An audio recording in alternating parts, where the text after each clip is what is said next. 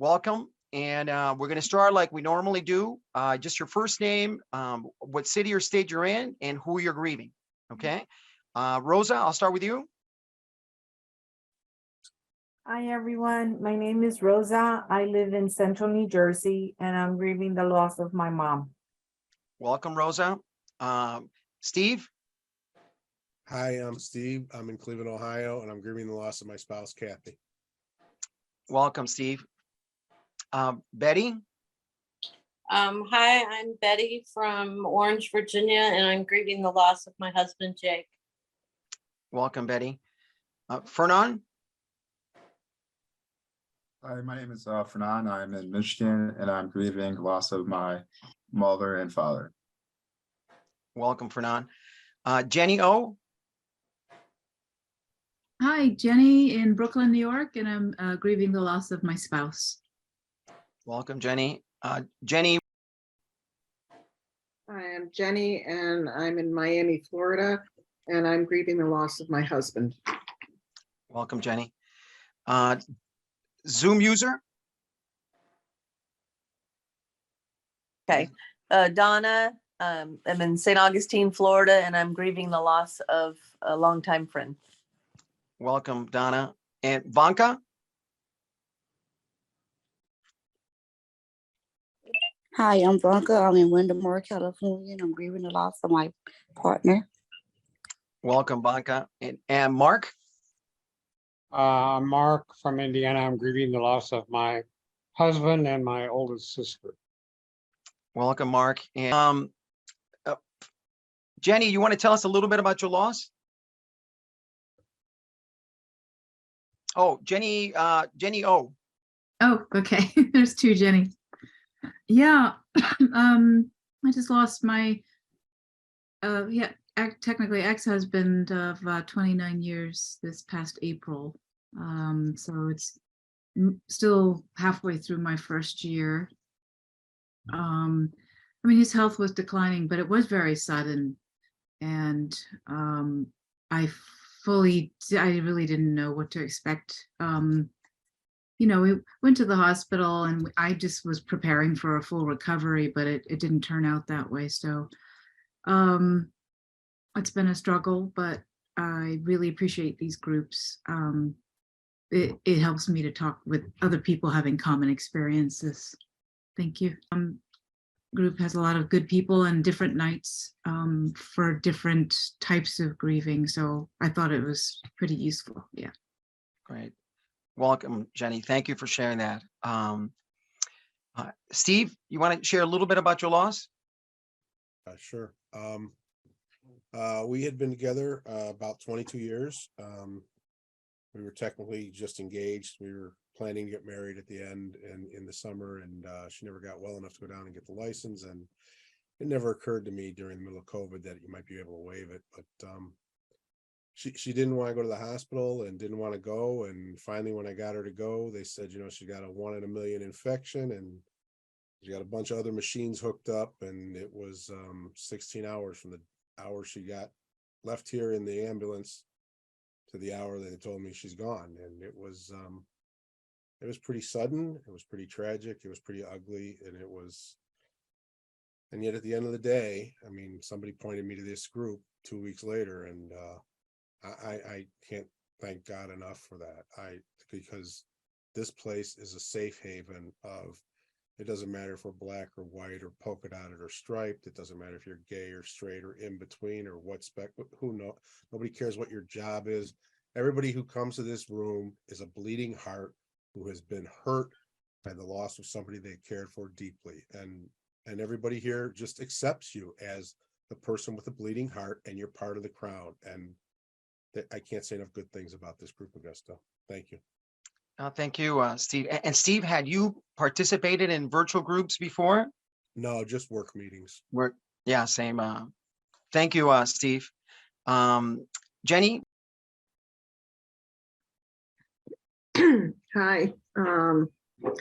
Yeah, I lost my husband in January. We were separated.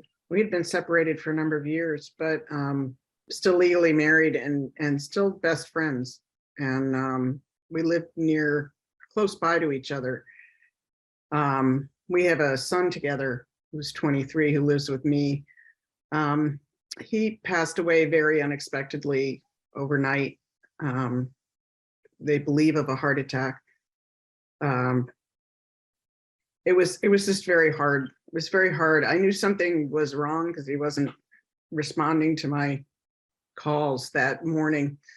And he always answered his phone and he wasn't answering his phone. So I knew something was wrong. And I was in a work meeting and downtown, and I finally decided I'm just going to go over to his house.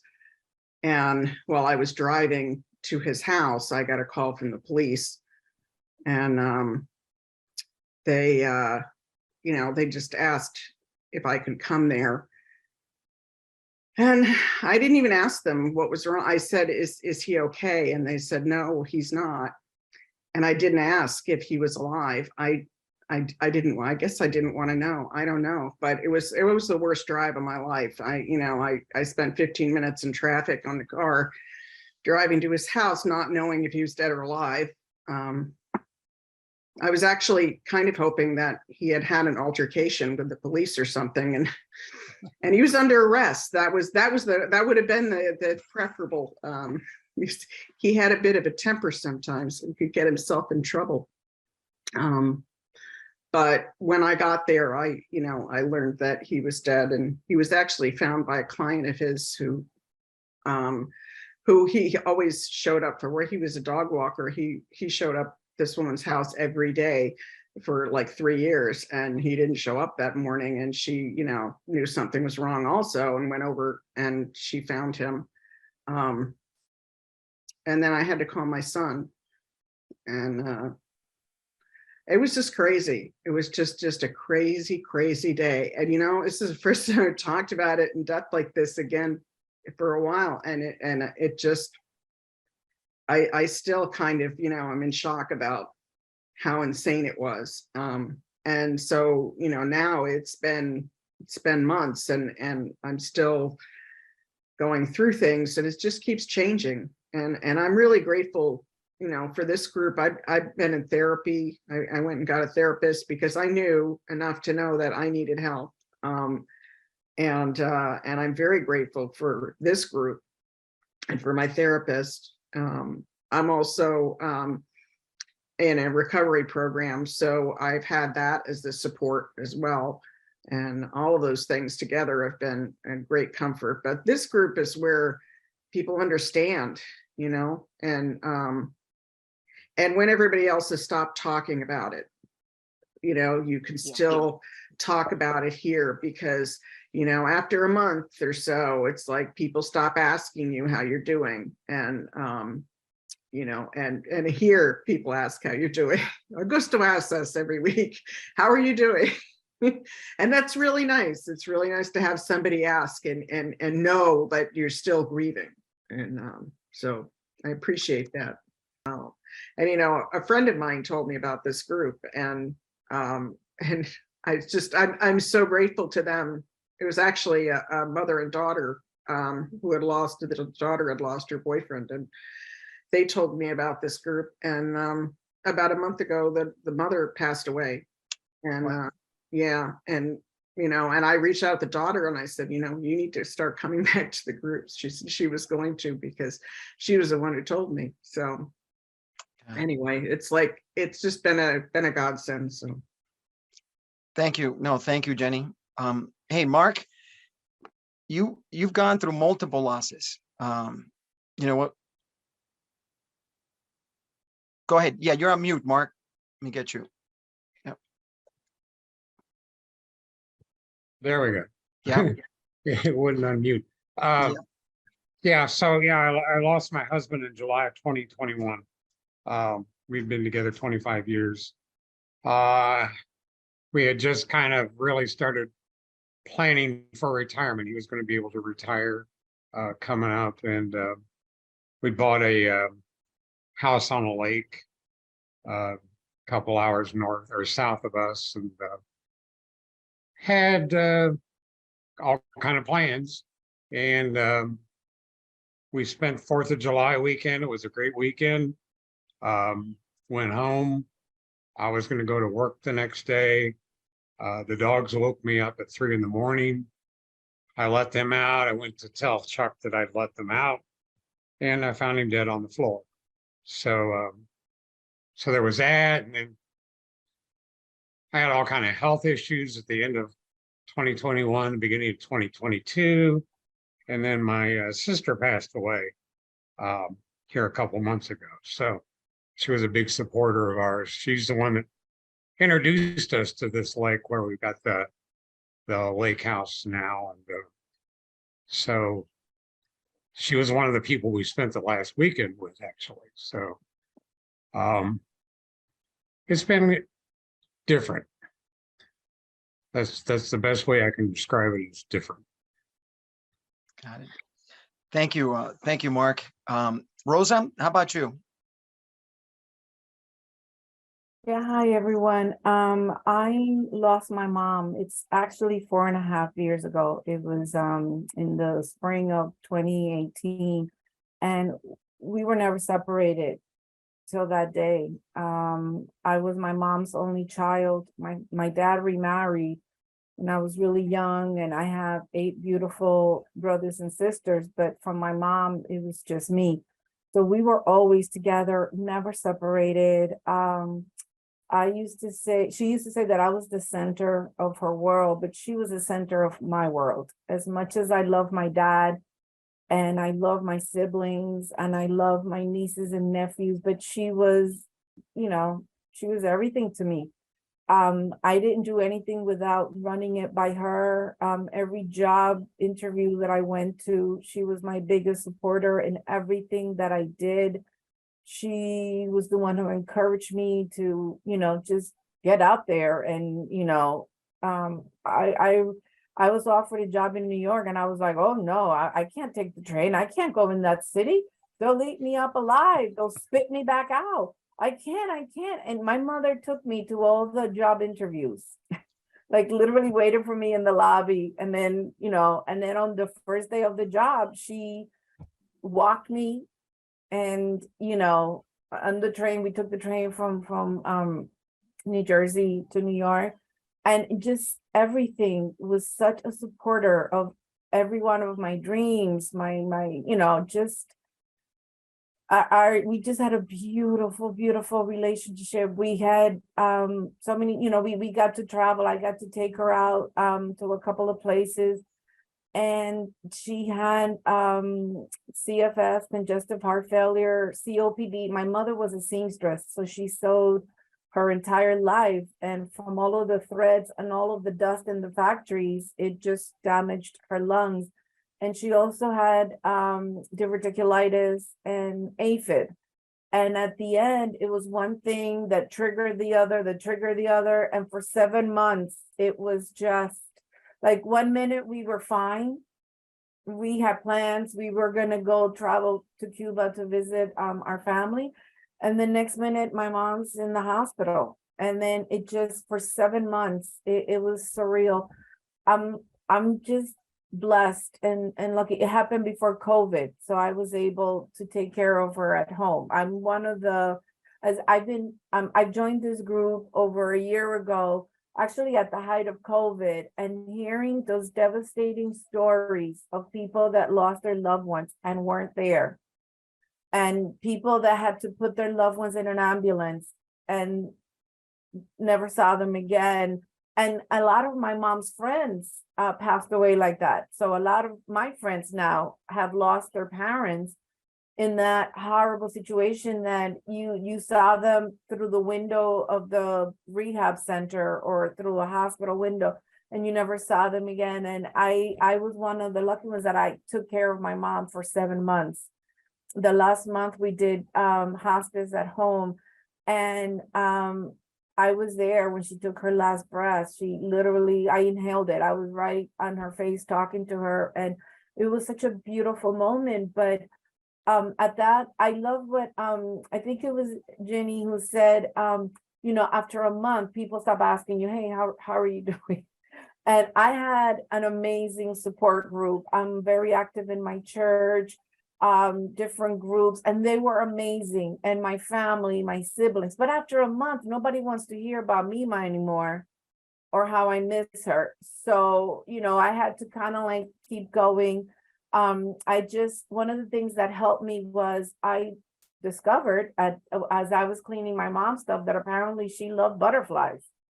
Never talked about it, but you know what? In hindsight, I realized she had butterflies all over. Why didn't I ever ask her, hey mom, what's up with all the butterflies? She used to do cross stitch. So she did pillows with butterflies, which I have in my room. Everything had butterflies. And then I realized, oh my God, my mom loved butterflies. So I just started getting butterfly lights, butterfly this, and as a way of like constantly, I just look over and I know that it just constantly reminds me and it gives me peace. Same thing with lights. My mom loved lights, Christmas lights, all kinds of lights. We have a balcony. I think she can, if she's by Pluto, she knows that's our balcony. Every night I look out and I do the sky with the app and I'm like, oh, that's Jupiter. Ma, if you're there, look, Christmas lights are on, and that's what helps me.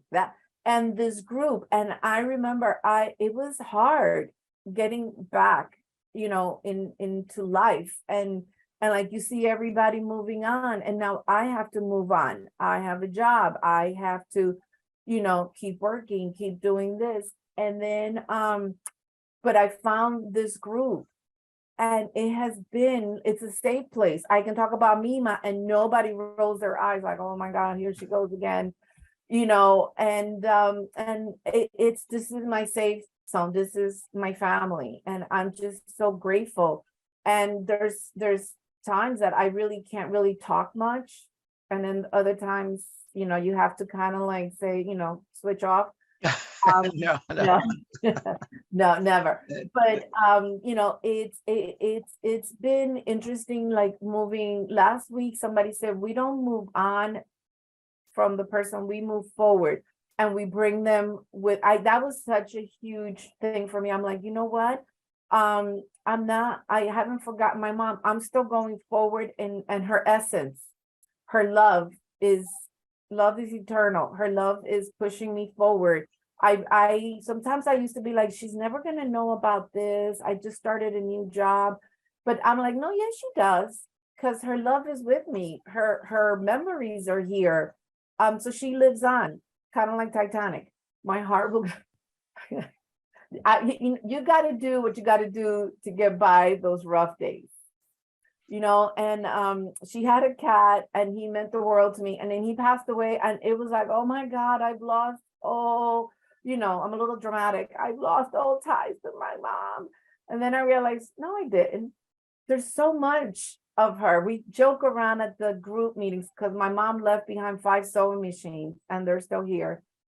So she's here. And yeah, but I'm just grateful to you guys and how you guys support me. And you hear me and you let me talk and you let me talk about my mom and just grateful. And for anyone that is going through this, that's new to this grief, for me, it's 4.5 years. And sometimes I can get the day by and I barely thought about it. And then out of the blue, a smell, a scent, her scent is still embedded in here. I dream about her all the time. And then those are going to be rocky days when I have dreams about her. Sometimes they're good, sometimes they're not so good, if it's a nightmare, but I know that I can always reach out to someone.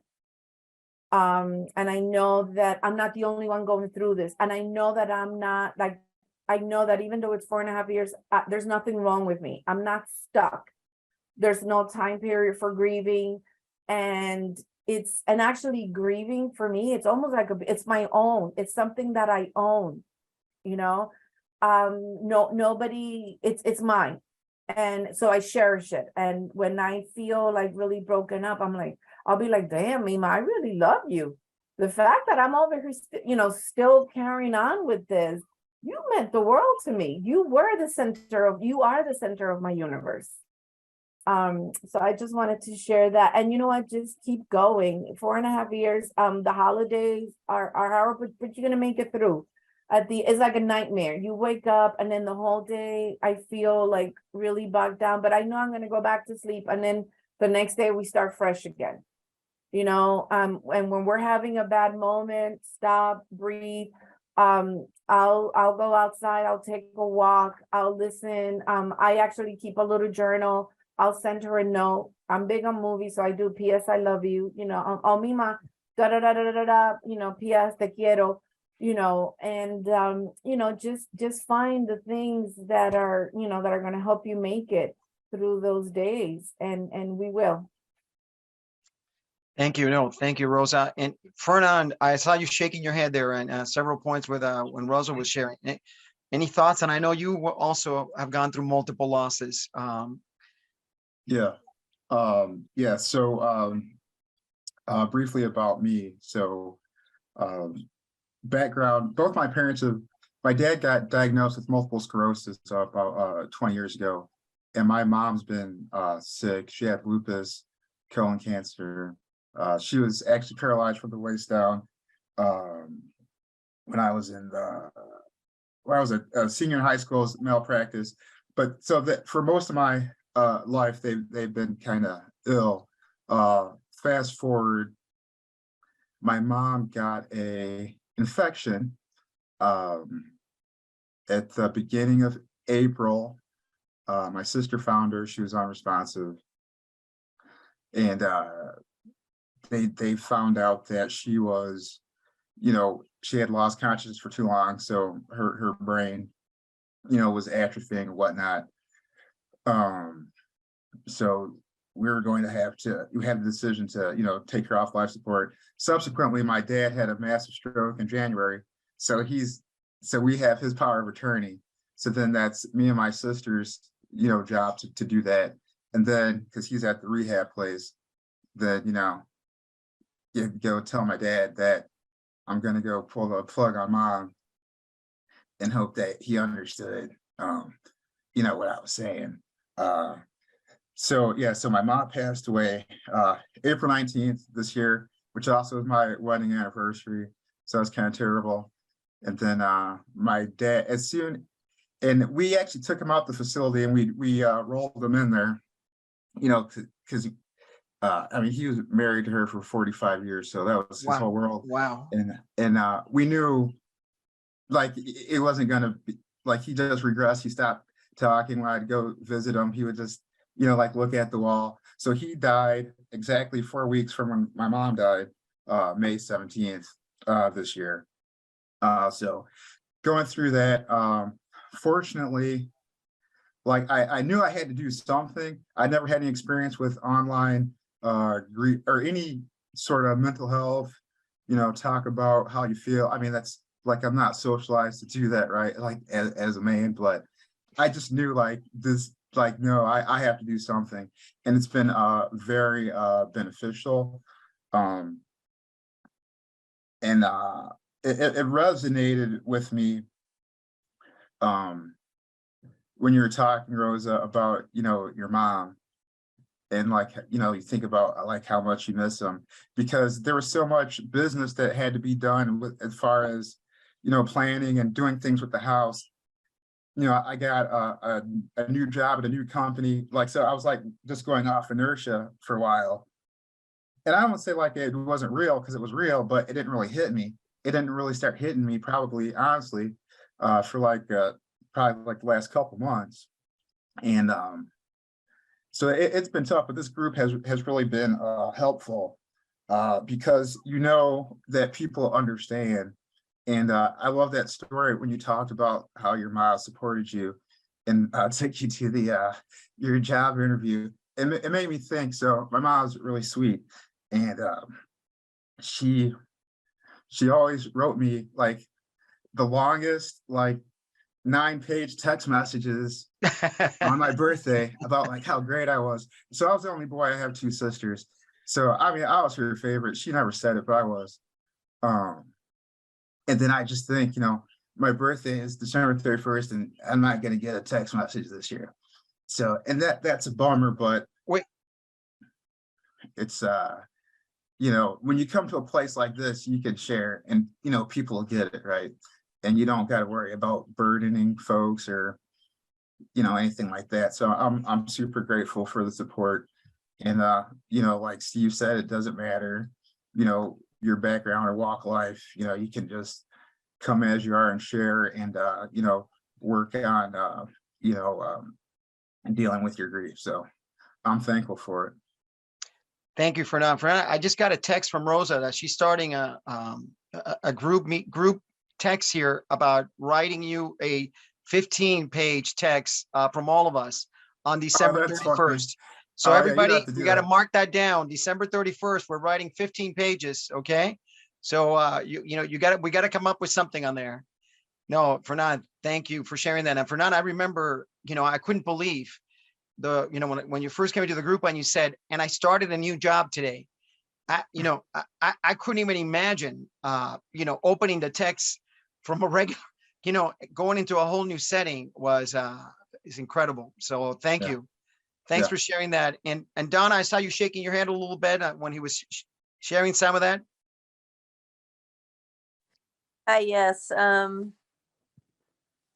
have, okay, so my friend Cindy um was we met each other when we were 6 years old. So we were about 3 years shy of a 5-decade friendship. Wow. And I mean, to say that we spent a lot of time together, and we lived together in several different cities for very long periods of time. So we definitely spent a lot of time together. And back in January, it was her third bout with cancer. She had fourth stage melanoma, and she had fought it twice before and won. And then this time around, she had been bedridden for a couple of months. So I had started to go over and spend more time with her anytime that I could since January. And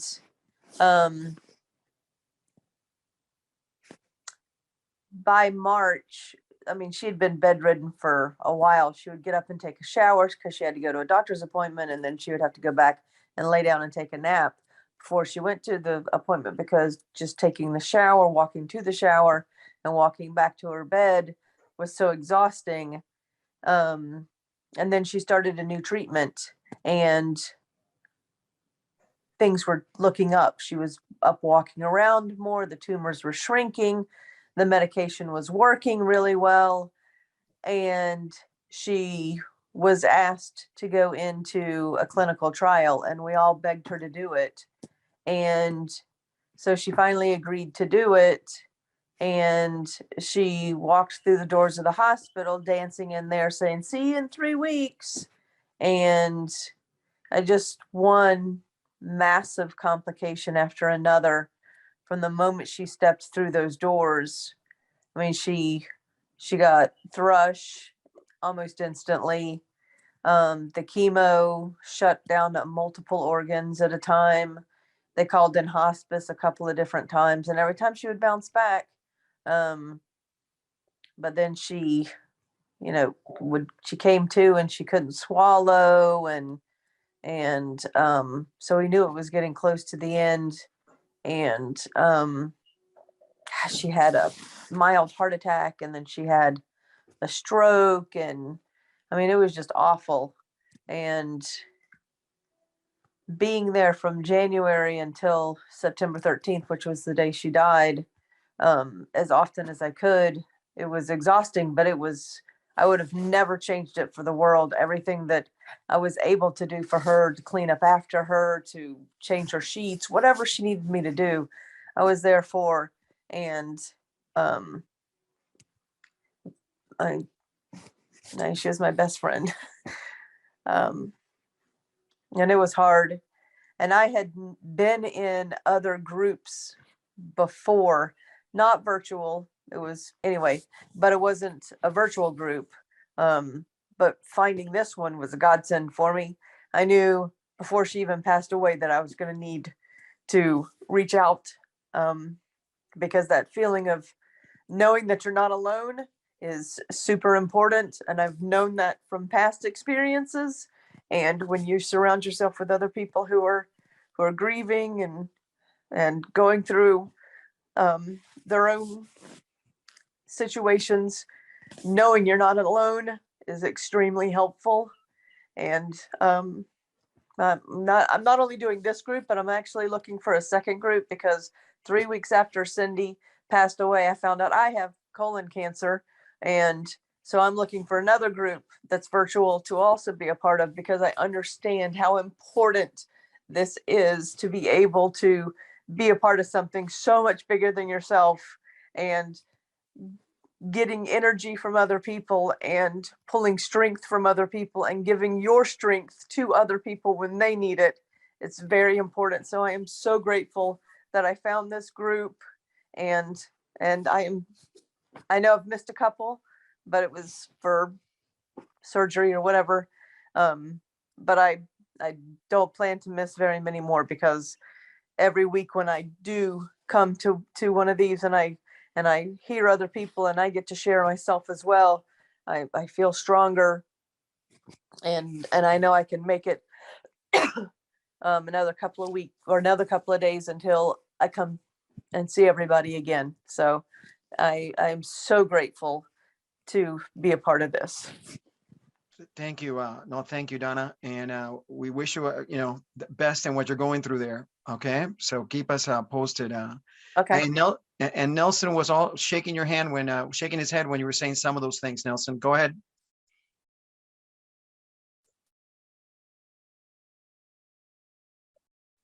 Yeah, it's just crazy to hear people's stories. Just some people in here I haven't heard their stories, or I haven't even met yet, and I'm grateful to be able to hear their experiences and know what they're going through as well.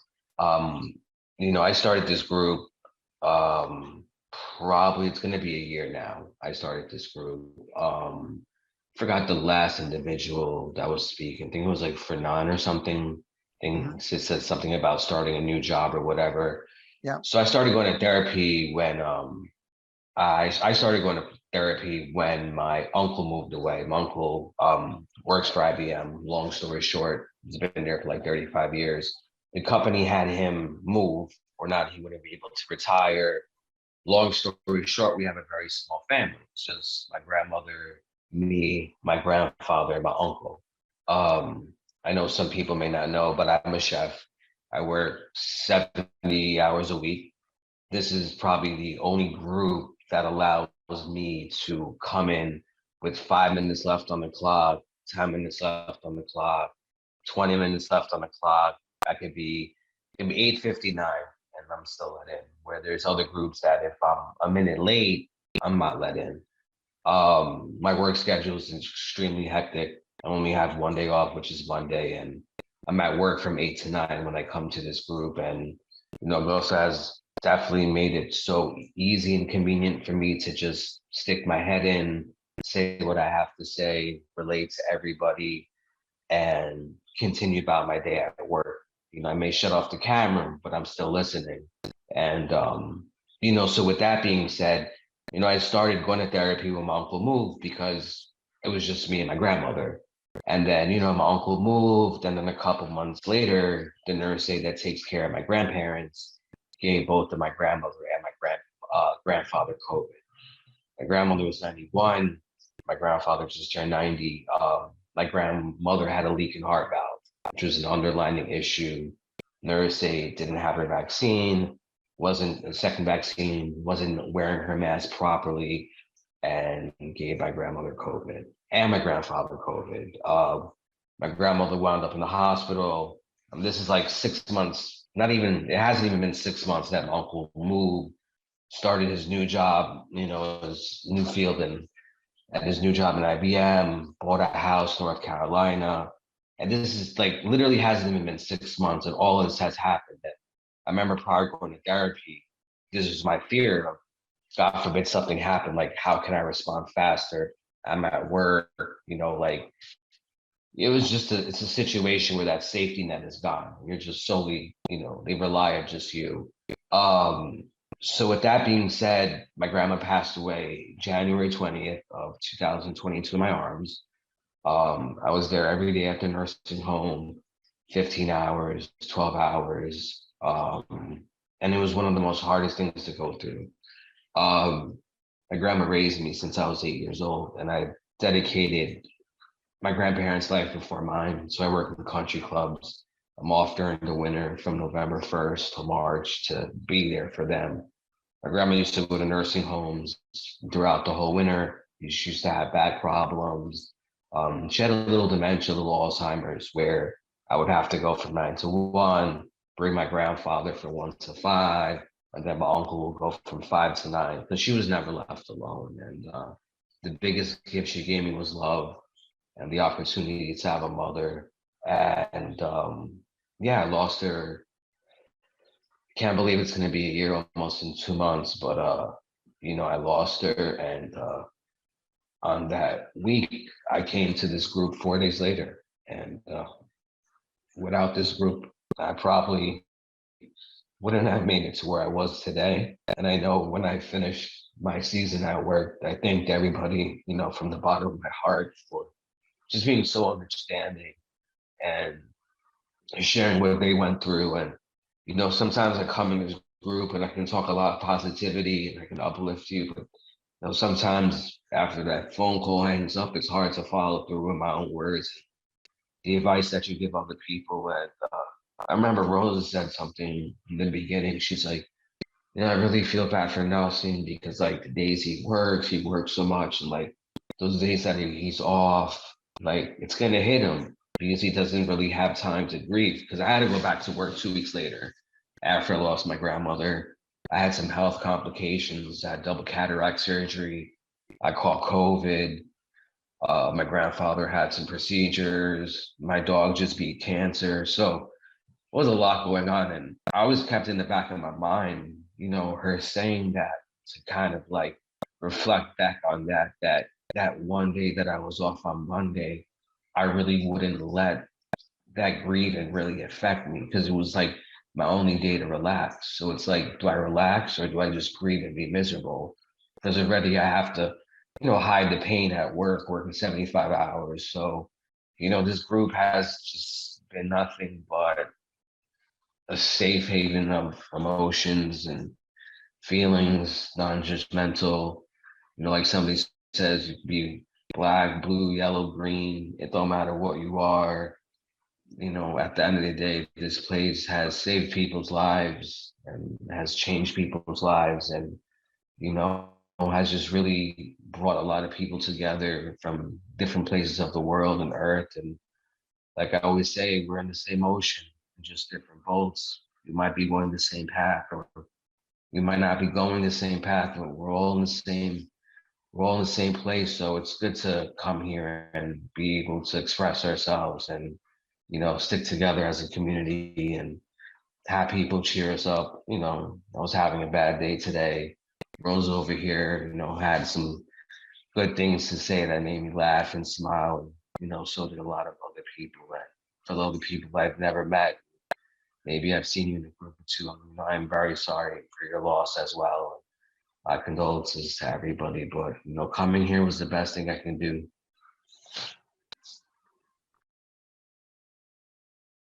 Nelson, the things that you were saying about Rosa said some good things. Are you talking about when she said she was afraid of going into New York City? Yeah, the New York City thing, the also part of what was it? Her hijacking our group chats, never letting never letting us speak.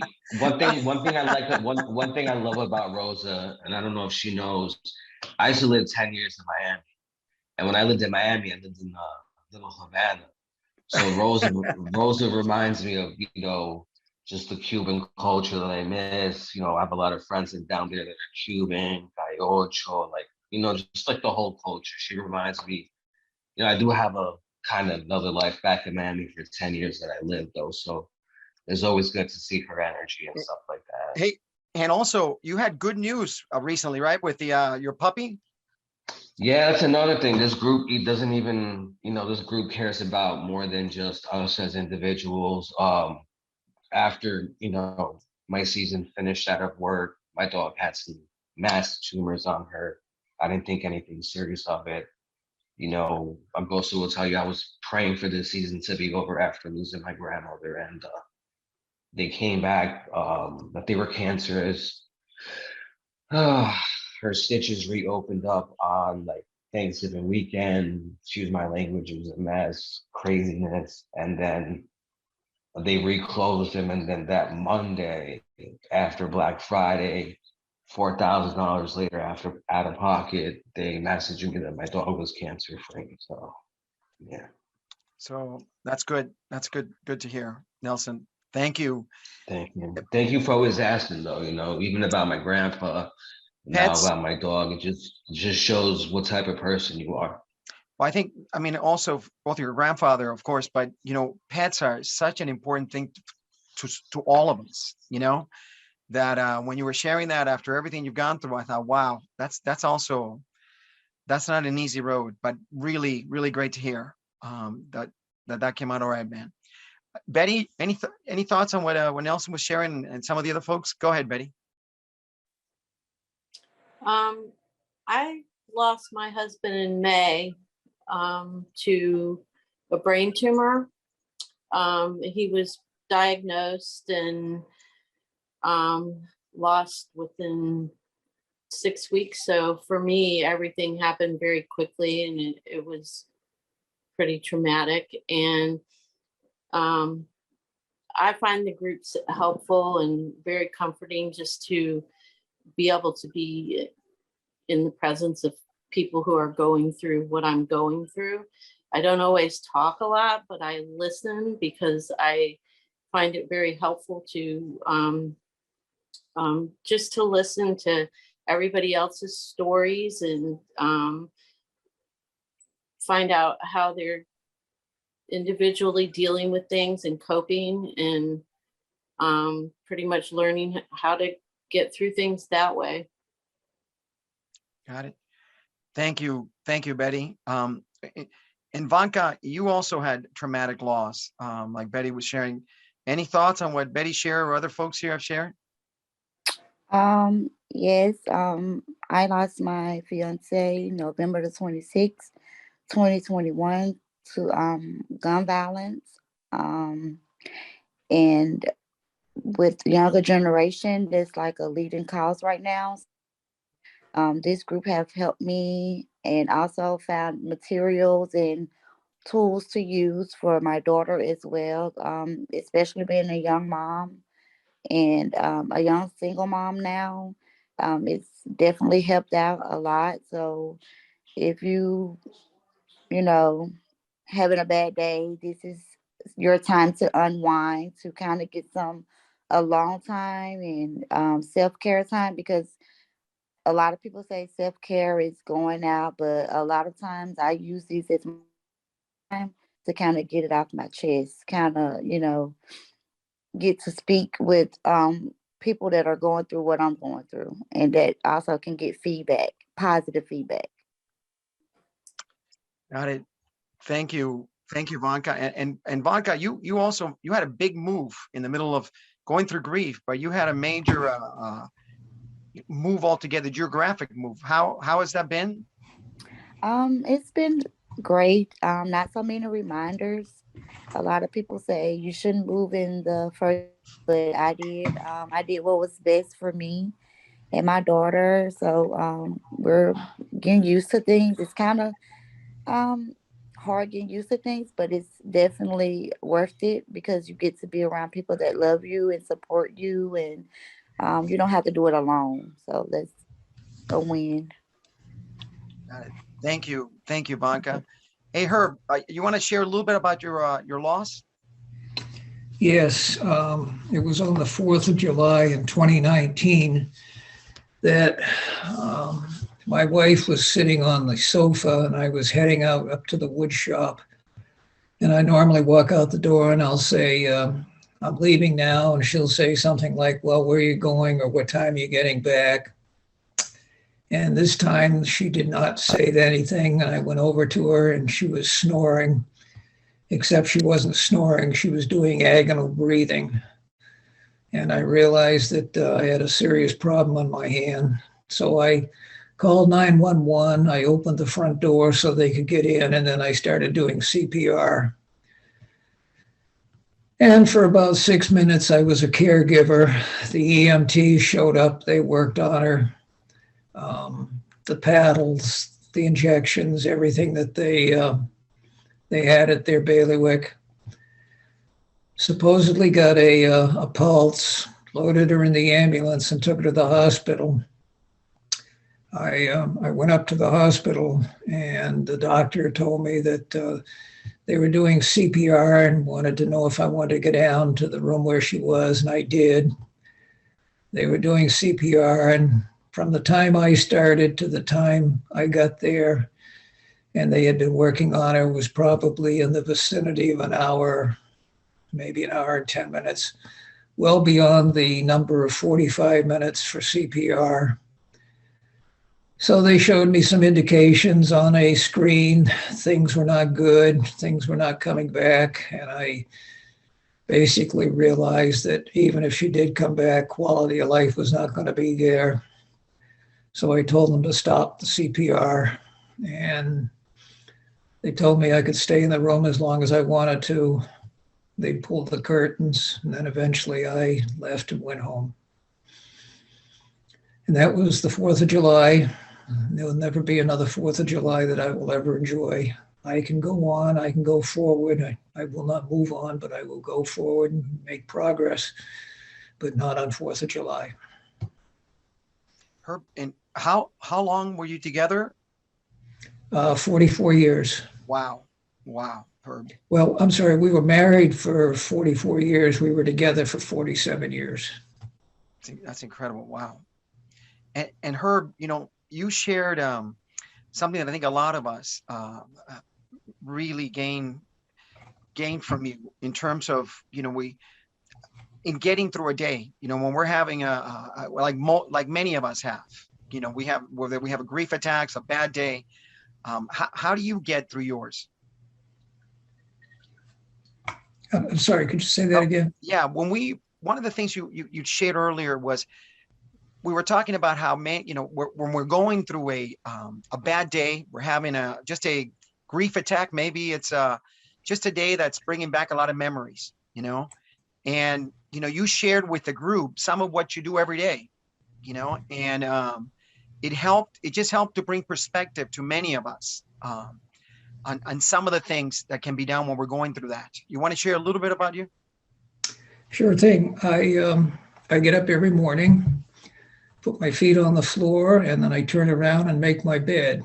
And I know at that point, if I do nothing else for the rest of the day, I have accomplished one thing. Then I'll head out, get the newspaper, go to the library, read the comics, get dressed, and about a mile away, there's a state forest from us.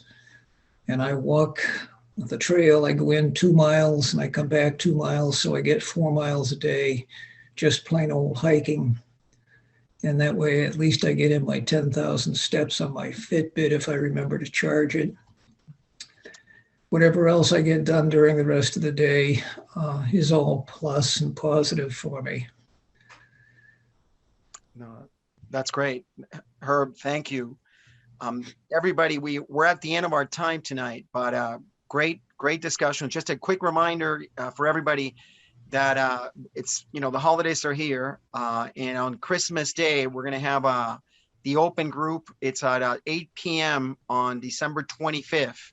It's anybody, you don't have to be in any of the groups. So, but if anybody feels like a community, it's on every major holiday, and it's Christmas Day, also December 30th for the New Year's.